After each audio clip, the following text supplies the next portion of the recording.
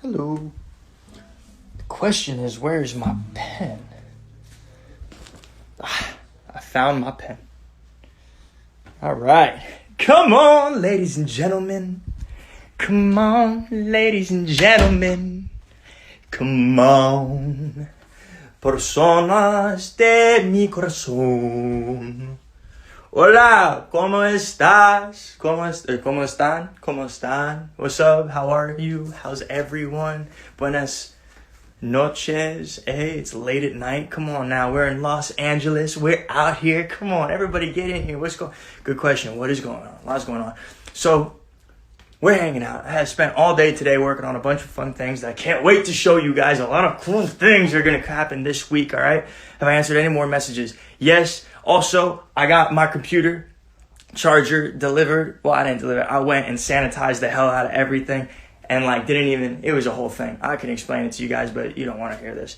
But I essentially got my computer working again, which is amazing. So now I can text even more people. It's a little bit harder on the phone because you're talking to 30 people at a time.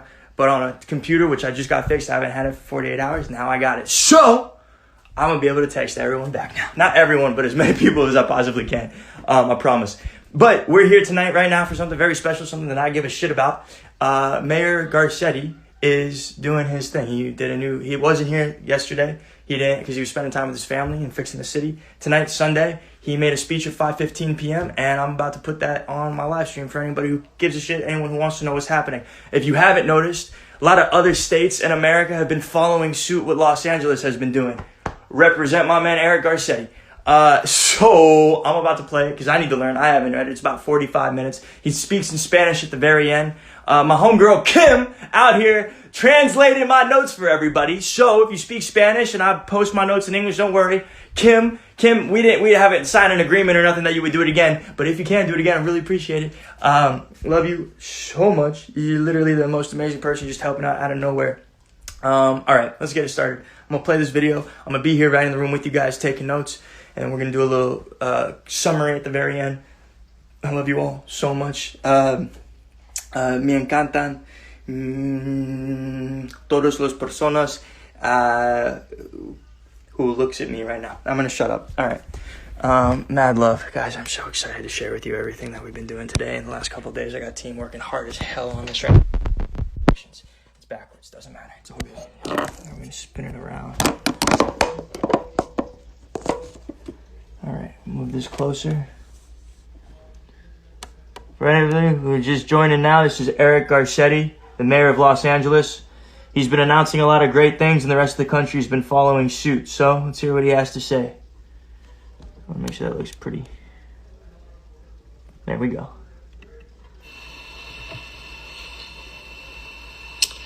Good evening, Los Angeles. Thank you again for joining me. This was a weekend that we will never forget. One in which everything changed. One of those weekends where folks here and around the world looked at everything just a little bit differently. Our plans were put on hold. Our gatherings were canceled. Our trips were no longer going to happen. Most families sat around the kitchen table, sharpening their pencils, checking their savings account, and wondering what lies ahead in the days ahead. I know how fast these changes have come. I've felt them alongside you as a fellow Angelino. But I hope too this weekend, amidst all of that change and all of those feelings, that you took a moment to breathe, that you had a moment to put down your phones, that you turned off your news alerts, and that you were able to spend a minute with your family or friends or even by yourself. I hope this weekend you smiled. We're going to need smiles in the days ahead, through all the tears that we will face, courage through the fear, and of course hope through all the headlines. I believe in each and every one of you, and I believe in us collectively, our ability to laugh and love even as we face these scary days. I believe in our ability to protect one another, to explain to our children, to our parents and grandparents what this moment is about and what we need to do to meet this moment in history. Like the old song says, I love LA. and I saw LA love all around this city this weekend. A video of a parade of cars driving slowly by a home in Sherman Oaks, with children singing through the sunroofs and parents from open windows singing happy birthday to a friend who was turning 40 who watched, crying in the distance. I saw colorful signs with fairies painted on them on the streets of West LA that became a street game for children probably not too excited to go on a walk with their parents that suddenly turned fun. I joined a call with the Central Hollywood Neighborhood Council that was part of a phone tree that they set up for all the seniors that live in their area. And they were teaching other neighborhood councils how to do the same thing, to check in on those seniors and see what they needed, whether it was running an errand or getting some food. And they've already talked to over 500 seniors just in their area alone. Just as we're physically distancing, we're decreasing our social separation and we're increasing our social interactions, whether it's online dance parties, happy hours, painting lessons. The connections that have been formed are truly beautiful. Thank you. And we're learning lessons and best practices from around the country and around the world. Time is both shortened and lengthened. It seems like only a day ago this started, and certain days seem like they stretch on for weeks. But I love something I heard from a public health expert in another city last week. She was speaking directly to folks who feel like stay-at-home measures are too extreme, like all this hype is going to wind up feeling anticlimactic, like it was all for nothing. What she said was, that's the point, and I quote, "Nothing means that nothing happened to your family." And I'll add, it means nothing happened to your neighbors, to your loved ones, to your friends, and to you. If you do nothing, you have everything. And we are all safer at home. If you stay safe at home, you have kept everyone safe. In LA, almost all of us who can stay home are staying home. You can see it in the clear skies. You can feel it breathing our air. You can see it in the empty freeways. So good work, LA. But I have to be honest with you. It still isn't enough. This weekend, we saw images of too many people crowding beaches or canyons beyond their capacity. Too many people, too close together, too often. The longer we do that, the more people will get sick and the more people will die. There's no way to sugarcoat it. That is why today, in consultation with the County Department of Public Health, we went further, closing group sports and recreation at our parks, including our public golf courses. And I'm concerned about the crowds at our famous boardwalk in Venice Beach. So starting tomorrow, we'll close the parking lots there near the beach to keep the crowds away, in conjunction with the city of Santa Monica, which has closed their parking lots near the beach. And together with Mayor Robert Garcia in Long Beach, mayors of beach communities, and LA County Health, I hope we can assess how we can make sure that people aren't congregating at our beaches and, if necessary, close them altogether. It doesn't mean that it's time to find another place to get together. This is serious. 6 feet matters. There are no exceptions to that rule unless you are a first responder or a critical worker. None. Your decision to not physically distance yourself may kill someone. This isn't just about you. It's about all of us, everyone. Don't take risks. Don't mess around. Don't be selfish. And help educate everybody around you. 6 feet isn't tough. And if you want to be extra safe, you can pull a LeBron and make it 6'8", or for the Clippers fans, a Kawhi at 6'7". Seriously, though, the difficult changes that we are making here today, they are going to do more than just protect us. They are there to stop the deaths of loved ones. So I hope all of you will continue to be safer at home. And when you're not at home, you will be safe around each other by maintaining that physical distance. Next, let me update you a little bit on testing. I know testing is on everyone's mind here in Los Angeles and LA County and around the country and world. It's a key step in being able to identify and track this virus, who needs treatment, map out the next phase of this crisis, prepare the resources we need to meet it medically. And I want you to know we are doing everything that we can, working with the county, the state, the federal government to bring as many testing kits and to be able to process as many testing kits as possible for Angelenos. We're working with our healthcare partners in the private sector who are expanding available tests, and we hope to have details soon on how you can access more tests and self-report your results. But right now, I want to share that we are moving quickly to launch a portal for people at the highest risk so that they can find information and help. Let me explain what this is. In the next few days, we will roll this out. And I'm sharing this information at the very beginning of this, with the caveat that in the first day or two, we'll have to make adjustments. It won't be perfect, but I told my people I'd rather get things out there quickly and figure out how to make them better than to wait and cost lives.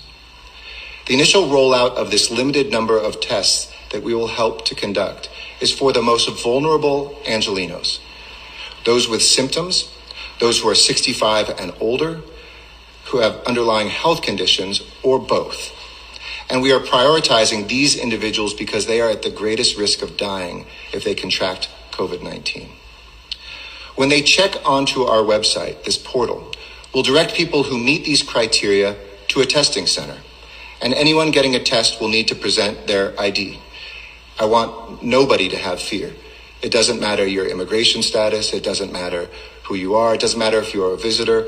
We just need that ID to confirm that, of course, you're the person who's gone through the portal for the test. And we ask for everybody's patience as we ramp this up.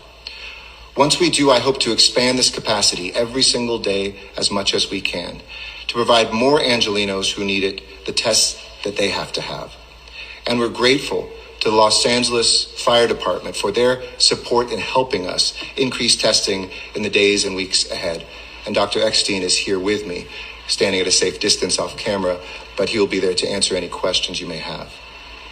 I know masks are on people's minds as well, and we've ordered masks from at least 6 different vendors. And together with LA County, which has been successful in procuring masks as well, we anticipate we'll be able to keep up with the surge in demand for our medical personnel and our first responders. As we've heard from other cities and the federal government setting up new testing infrastructure, though, will come with speed bumps. And we think it's important to start testing immediately. Better to do that than to wait for a perfect system. The time to act is now.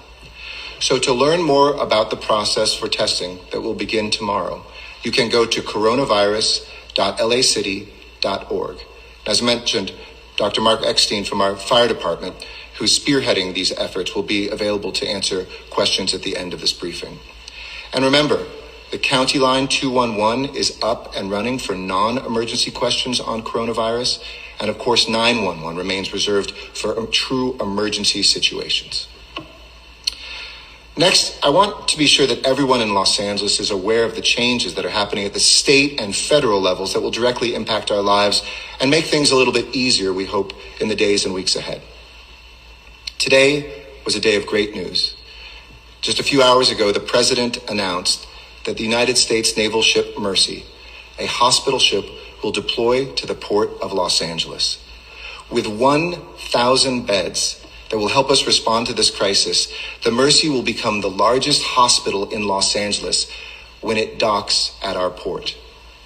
This will save lives. This was a team effort, and I want to thank everybody, the president, the vice president, their team at the White House, our governor, our board of supervisors, and everybody on our team who asked the government to step up and to bring us this ship, and who are part of the success in advocating for this and playing a critical role in efforts to bring that to Los Angeles. All of our work is focused right now on what you need from your government. I don't care if that's federal, state, county, city, school district. We are all together in this to help you. So as our leaders in Sacramento and Washington debate stimulus packages, we're reaching out to those representatives to secure every dollar we can in direct aid to our cities and local governments. We're fighting for investments to serve our homeless populations, to strengthen our workforce and those workers who are hardest hit, including those who may be undocumented, and to support economic drivers like the port and airport and the transit system as well. We're doing all we can to ensure that our economy doesn't grind to a halt during these days by continuing to issue approvals on new development even while our city employees work from home. We want to make sure those permits keep moving, that the jobs can roar back, and that the processes continue of government. And we're seeing the state and federal government acting to give you and your household some added help while we wait for the next wave of news on economic relief. I want to thank Governor Newsom again, because the state has waived the 1-week waiting period for unemployment insurance for anyone unemployed or disabled as a result of COVID-19. This is critical for the survival of people living paycheck to paycheck. So if you need those benefits, you can apply for them immediately.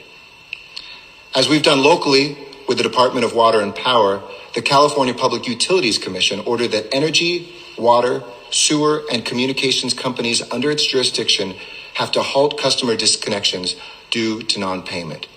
Thank you. And I know for so many folks who don't live in the city of LA, this now covers you in every part of LA County. For those of you looking at the calendar and maybe a little stressed because you see tax day just around the corner, know that both the state and federal filing deadlines have been moved from April 15th to July 15th, allowing us all to breathe a little easier. For households who've gotten census forms in the mail, you should still respond online or by calling by April 1st. And again, I want to encourage you to take a few minutes to do that. The stats I heard was about 18 or 19% of LA County had already filled out its census forms. In the city of LA, I heard it was only 14%. So step up in the city of LA, but it's easy. I did it with my daughter at home. It makes you feel counted, and it makes sure that we are counted in the days and years and the recovery ahead. Think about it as an investment in the recovery after COVID-19. Know that the Census Bureau, though, is also helping by delaying its final deadline for responses by 2 weeks. So instead of all of the data being collected by July, it will now be mid-August. For students, good news that the Department of Education has waived all interest on federally backed loans for 2 months. And for seniors, Medicare patients can use telehealth for free to meet with doctors on the phone. For our immigrant neighbors, remember that ICE will not carry out enforcement actions at or near healthcare facilities during this crisis. So if you have symptoms and your doctor says that you need to go to a hospital or a clinic, you can do so without any fear. And for renters, the Department of Housing and Urban Development announced they will suspend all foreclosures and evictions through the end of April. And here in LA, I issued an order prohibiting landlords from evicting residential tenants during this local emergency period if the tenant is unable to pay rent because of the COVID-19 pandemic. As I reminded folks on Friday, we still have to pay the rent. If you can pay the rent, do it. But nobody will be evicted if you can't. We need to make sure as well that those folks who are mom and pops, and the difference between a rent payment or not may be the difference of being foreclosed, that wherever tenants can pay, please continue to. And we're making dash buses free so that all of our critical workers in the city of LA can get to where they need to go. All of these steps are to ease the anxiety of this moment, a little bit or a lot in some cases. And we're going to keep updating you on everything that's happening at the federal, state, county, and city level. And for more information on what we're doing in Los Angeles to help, as well as frequently asked questions on the Safer at Home order, again, I encourage you to visit the website at coronavirus.lacity.org/FAQ. Finally, I'd like to let you know how city employees are doing heroic work serving the people of the city of Los Angeles during this health crisis. And I want to speak to my city family, my fellow workforce at this time as well. Last week, I activated the Disaster Service Worker Program, allowing us to redeploy our city family to meet the needs of this moment. I know Angelinos expect the city to be there for them, now more than ever. It's why we signed up for public service. It's who we are, and it's what we are about. I love you for that, and I need you now. We're going to make sure that the water keeps flowing, that the power is on, that our buses keep flowing on, keep hitting on time. And it means that public servants continue to serve, whether that's helping our homeless neighbors who are starting to spend the night in our rec centers, or delivering meals to older residents as we see that demand growing rapidly, or lending a hand to Angelenos who are the most vulnerable to this virus. I expect city employees to step up, and I'm grateful for those who have already put themselves forward in their departments to do just that. It isn't just important work, it's life-saving work. And if we don't slow this down, no matter where you live, no matter where you are, this crisis will come to all of us. We can be the ones who save the day. As we begin another work week in the midst of this public health crisis, I'm encouraged by all that companies in our area are doing too, and going above and beyond to keep their employees safe, healthy, and financially stable. Like Starbucks, which is keeping open the stores and drive-thrus that are located closest to first responders and hospitals, and paying all employees for 30 days with benefits. Or Whole Foods Market, which will close stores up to 2 hours early to give employees more time to restock the shelves, do a deep clean, and get much needed rest while boosting their workers' hourly wages. Every employer in Los Angeles needs to make decisions that put employees first and that keep people safe whenever, wherever possible. While our city will continue to take necessary public health steps guided by the county, we still need your help. We need everyone to step up to the plate, because this is a make or break week for the crisis. So let me tell you a few ways you can help on this Sunday evening. First, you can sign up to volunteer with a local organization that's helping our most vulnerable get every bit of help they need, or through the city's volunteer portal.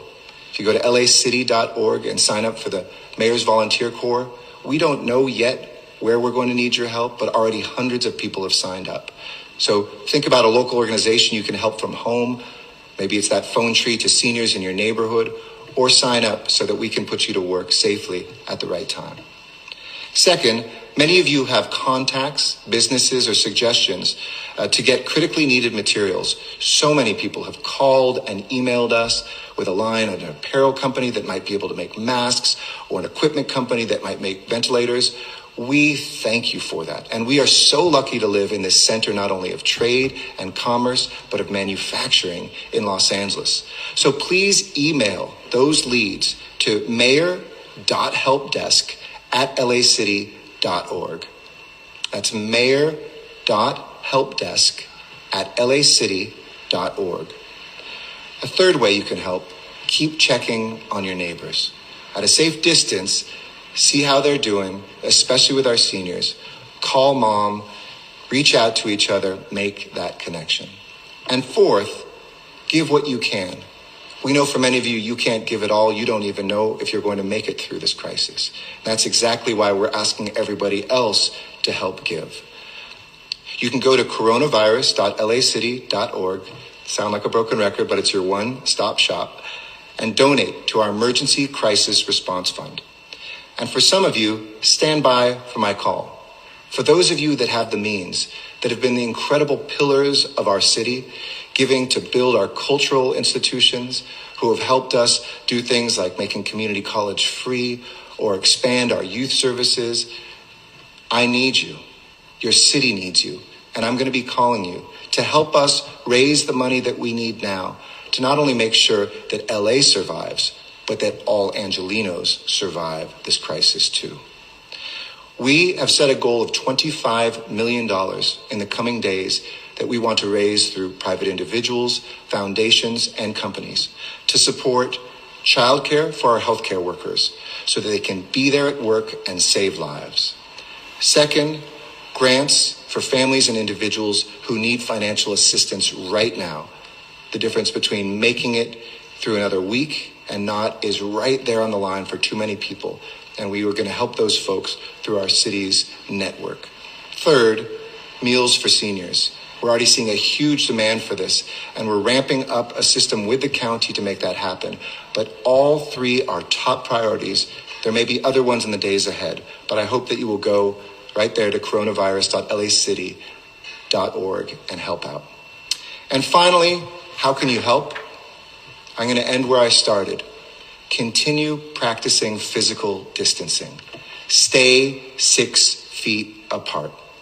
That's our best defense against this virus. That's how we slow the spread of COVID-19. So throughout this coming week, I'll continue to come to you with new information on what we're doing to address the medical, economic, and community health needs of Los Angeles, and I hope that you will tune in. We are a resilient city. We will get through this together. Los Angeles, this is our make or break week. I know how you must feel tonight. I certainly feel it. It's Sunday night. We often gather for a family dinner, maybe check our kids' homework, maybe check in with each other, get ready for work. It'll be a different week. For most of you, you're not physically going to work. Kids are learning from home. And if I can indulge you all for a second, I just want to say hi to my daughter, Maya. Tell her how much I love her while Daddy's busy working here at City Hall. But for each one of us, we know that this coming week, things have changed. But there's so much that's still the same. Who we are, who we love, what we're capable of, and what we will do. And I know this will be a great week for Los Angeles in the midst of a crisis unlike any we've faced before. So stay safe, stay healthy, and stay home. Strength, Los Angeles. With that, I'll take some questions next, and then I'll say some remarks in Spanish as well. Thank you. Thank you. We have a first question from Steve Gregory from KFI and Catherine Picasso of NBC4. It's a similar question. I've seen many people who don't appear to be taking your order very seriously. People playing basketball on outdoor courts, people hanging out in parks and beaches. There's even a bus running tours of Hollywood. At what point, Mr. Mayor, do you hold these people accountable for potentially spreading the virus? Absolutely. As I said earlier, there are moves we took today to stop group sports, to obviously close our playgrounds. And I hope that together, working with other cities that have beach areas, we can do everything we can to close down those beaches that are a threat and to make sure that we are adhering to physical distancing in those open spaces that we still have. This is not a time, and I'll say this again to young people. I was in Griffith Park this morning getting a little badly needed exercise, and everybody was spaced out. But I saw a group of young Angelenos, 5 or 6 of them, kind of right next to each other, and a little bit of horseplay, and went up to them and explained to them that they needed to be 6 feet apart from each other, that this was the difference between life and death, maybe for one of them or for somebody that they loved. So our first strategy has always been adherence, and we've had a lot of calls from people who have given us great tips. Where necessary, we've taken city employees out to let that restaurant know, you cannot serve food in your restaurant. And as part of our disaster service worker program, as other cities have done, we're going to continue to help people comply. Where we don't see compliance, we will use whatever means at our disposal to let people know this is in violation of the order. It is a misdemeanor. It is something that we can enforce. The good news is, through all sorts of data points, we've seen huge compliance with this. But as the question asks, a few people can be killers. One person might get sick from another. It's not just 2 people. That can quickly spread to hundreds and thousands of people. So this coming week, we will look at that, and we will not be shy about letting people know. That is directives that we've put out also for our police department to go up and to inform people where they see that, and for others to make sure that we have compliance. So the biggest weapon we have, though, with all of us, we might have at our peak a few thousand police officers out, but we've got 4 million people. It has to be you. So if it's your children, if it's your friend, if it's your parents, I'm giving sons and daughters permission to tell their parents to split up, apart, to get away from each other. Tell them. Be those folks that make the difference and make sure that we save lives. Thank you. Next question. Jill Cowan from the New York Times asks, can you talk in as much detail as possible about how the cities, counties, and state orders overlap and how they are different? And if they're different, how will that affect enforcement? Will the city or the county be moving to close or limit access to any trails or particularly popular outdoor areas? How will that work? So they're in compliance with each other and they complement each other. So the city and county are identical in every aspect. I think there's one which is about cannabis, whether it's just medical cannabis, I think at the county level, and the city level, it's any cannabis. Besides that, they are identical in terms of what's restricted and what's not. And the state order is complementary of both the city and county. And we've had a lot of lawyers, some corrections that were made to make sure that they were together at both levels. So it's not a matter of contradiction between them. You can read the LA City order if you live in the city of Los Angeles, abide by it, and you're covering yourself in terms of the state and the county orders as well. Next question. Thank you. The next question is from Dakota Smith of the LA Times. A major problem for lower income households is a lack of access to the internet. Is there anything the city is doing or can do to get emergency internet services in place? And secondly, in 2014, you launched CityLink LA program, your initiative with Bob Blumenfield to get cheap and free internet access across the city. But the city rejected all the proposals from companies that submitted the bids. What happened there? I don't want to speak for Councilmember Blumenfield, but we know that people have connectivity now, not just through broadband and a computer. Most people do it through their phone. And in fact, in lower income communities, we have even greater smartphone penetration than in higher income ones. So we know everybody can get on the internet one way or another through their phones or through their devices. For those who don't, there's free phone programs. And again, you can call either the city or the county through our 311s and find out how to get one of those phones. And right now, through the telecom companies, nobody will lose their service because you cannot pay the bill. Though, again, I remind people you're responsible to pay for your bill and liable for them. So we also saw all around the ability for folks to be able to get cheap, easy, and free access as long as you have that phone. And because phones are free, that was the best way to do them. So everything we're doing is with that in mind so that it's mobile ready. We know that for kids, a phone isn't the best way to learn. So I know the school district is looking at how they can get more laptops out to people for distance learning. But that's why right now we kind of evolved from what we used to think about needing to get something to plug in, have your own computer in every single home. The next question is from Veronica Miracle of KABC. Mayor Garcetti, we've seen the Italian government take drastic measures in recent days, stopping people from leaving their homes to even take a walk. In New York, the governor announced all non-essential businesses must close in-office work and all gatherings are banned, starting tonight. Will this happen in Los Angeles? If no, why not? It has in terms of the New York piece. In Italy, we haven't had people, with military deployed out there. We have, as I said, I think on Friday, it might have been, no, I didn't speak yesterday, so Friday or Thursday, we deployed the stay-at-home measures that Italy did about 6 to 13 days, depending on how you count it, earlier than we saw in northern Italy and throughout the country. So that is a hopeful thing. I don't want to extrapolate statistics at all too much because the numbers are low. But here in LA County, where more and more testing we hope is coming online, so numbers should be going up more and more. The last 2 or 3 days, while the number of increase has been roughly the same, it's not an exponential increase. So the reason that we did these drastic measures where no non-essential workers can be at work, where public gatherings do not happen, and where we make sure that people know that, have already seen a huge slowdown. Where we need to go further, as directed by the county and public health officials, I will not hesitate 1 second to exercise that if they say we need to do more and go further. But that's what my message is really about tonight. Make sure that we are doing everything we can. I believe in 4 million and 10 million people and 19 million people in this region, county, and city. And where they aren't, we absolutely will bring government to bear. This is a crisis about saving lives, not just about doing whatever you want. The next question is from David Zanizer of the Los Angeles Times. Last week, you said you plan to move 6,000 people off the street and into dormant recreation centers. Is that still your goal? If it's changed, what's your new target? Also, how many people moved into the city's 13 recreation centers over the weekend? Are homeless residents agreeing to move into these facilities, or are they staying away? Thank you, Dave, for all 5 questions. I'll try to remember all of them. Our goal is still the same, to open up 42 recreation centers. After a second consultation with County Public Health, they required us to have even more spacing than the initial plans. So the capacity of each of those went down. I don't have an exact number, but we do see people moving in.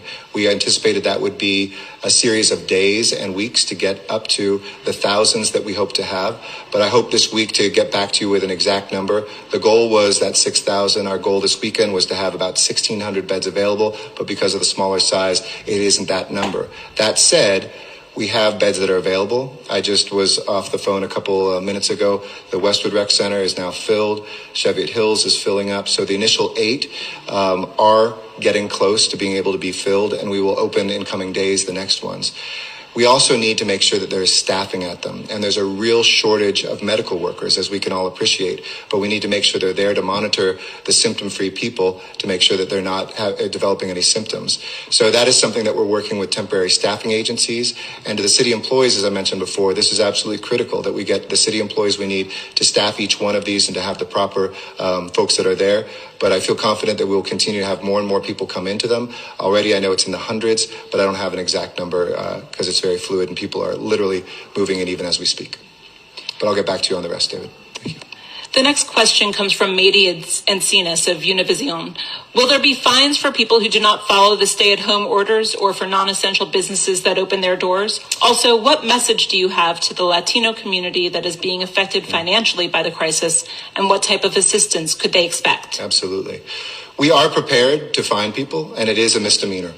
That is absolutely on the table, and each day I try to make sure we go a little bit further. It's not us getting from 0 to 100. We might be at 90 or 95, whatever it takes. It's in our hands to get to 100, and we will not be shy about using government. But we don't want to lead with fines. We don't want to, in a very difficult moment, make it even more difficult for folks. But we will have law enforcement officers, city employees, and others letting people know that they are in violation, whether it's in a park or whether it's on a street or whether it's on a hike, in violation of the order. For Latino residents here, and for many, it's not just Latinos who are here, who are in mixed families, where some people may be citizens, some people may be legal residents, and others may be undocumented immigrants. We are making sure all of our programs treat human lives equally. We can't say that people perished because of prejudice. And so when we look at that, we're also seeing where can we fill holes to make sure that if the federal government, for instance, won't give people certain benefits, we've worked together with the state, people like Manuel Pastor, professor at USC, who's an advisor to the governor, aligning the programs to make sure that they are there for everybody. Many immigrants who are not citizens qualify for many of the state aid programs. So we're pushing that out in everything we do in both English and Spanish. We're reminding people no ICE actions are happening at our hospitals or medical areas. That is something that is off limits, so that they can feel secure taking a family member there or going there themselves if somebody's exhibiting difficult and extreme symptoms, or they're especially vulnerable with pre-existing conditions. So we are making sure that we have everything on the website. You can read it in Spanish. We're working as fast as we can to translate it ourselves, but through automatic translation, it is all available. And whenever I have the opportunity, I'm speaking in Spanish. And brevemente, no es nuestra meta tener un sistema donde nosotros tenemos los oficiales de policía con el enforcamiento de estas leyes. Es en las manos de la gente, pero estamos preparados a usar los oficiales y otros trabajadores de la ciudad de Los Ángeles, del gobierno, por estas acciones. Pero tengan confianza, porque todos nosotros los programas están no solamente por los ciudadanos, pero todos los residentes, sin documentos, con documentos, y las facilidades de salud. ICE no está en estas facilidades como hospitales y clínicas, y protegeremos todos nuestros residentes, incluyendo los inmigrantes. Gracias. Next question. The next question is from Rick Schroeder of KNX. When do you expect the USNS Mercy to arrive in Los Angeles? Of the thousands of other field hospital beds, how many would be designated for LA? I don't have the answer for the field hospital beds, though I know in the LA area, for instance, my good friend, the mayor of Riverside, Rusty Bailey, told me that they're getting some there. We expect the ship to come relatively quickly. It is usually home port is San Diego. I don't know if it's there right now, but I think it is. So we could have that coming within a day or two. But we will check. We'll be able to report back. We just got that information from the White House, the announcement. We're trying to figure out those details. But we have been working for a couple weeks. And I want to thank all the folks at the Port of Los Angeles, Gene Sirocco, who's our executive director, and his staff that have been working to make sure the space was there, that we can make sure that emergency services can get in and out of there so that people who are transported can have now, as I said, the biggest hospital in LA is about to land right at the Port of LA. And we'll work very closely with our neighbors there, Long Beach and others, to make sure that that is available to everybody no matter where they live. And I should have said that also about the testing. The testing right now in the portal that I mentioned is screens initially just because there aren't enough tests for the zip codes of LA City. But I hope later in this week to share that not just with LA City. Lives are lives are lives. And as we expand test capacity, I'll be working with LA County, Catherine Barger, neighboring cities to expand that capacity in more locations, we hope, and to more people. The next and last question is a follow-up question from Dakota Smith of the LA Times. She originally asked about lower-income households' right to access the internet. And she asks now, I was asking about laptops used by students and kids who can no longer access internet at libraries, for instance. Right. What could be done to help those people? So I know that Spectrum and some other folks have talked about programs to get that there. Obviously, that can't be built out overnight, but we've been in contact with them. So we'd be happy to follow up. We have urged those companies to do whatever they can to expand that access.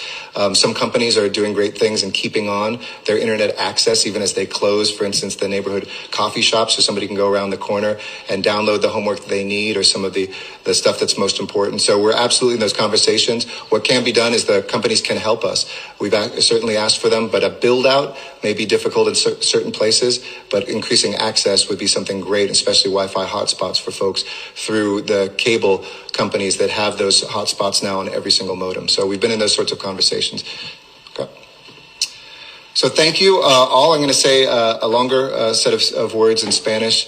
To everybody who's tuning out, I just want to thank you. Do your work tomorrow. It is your job to make sure, as we do our job, to make sure people are distancing themselves. And thank you for what I know will be a difficult week. And I'll talk to you tomorrow night. Muy buenas tardes, Los Ángeles. Este fin de semana ha sido una que nunca olvidaremos. Diferente para todo el mundo y todo el país. Todos cancelamos reuniones, viajes, cenas. Y aunque mantenemos la sana distancia, también nos acercamos con interacciones más profundas, sea con una teleconferencia entre familia o compartiendo unos tragos por video. Y también estamos aprendiendo de expertos por todo el mundo.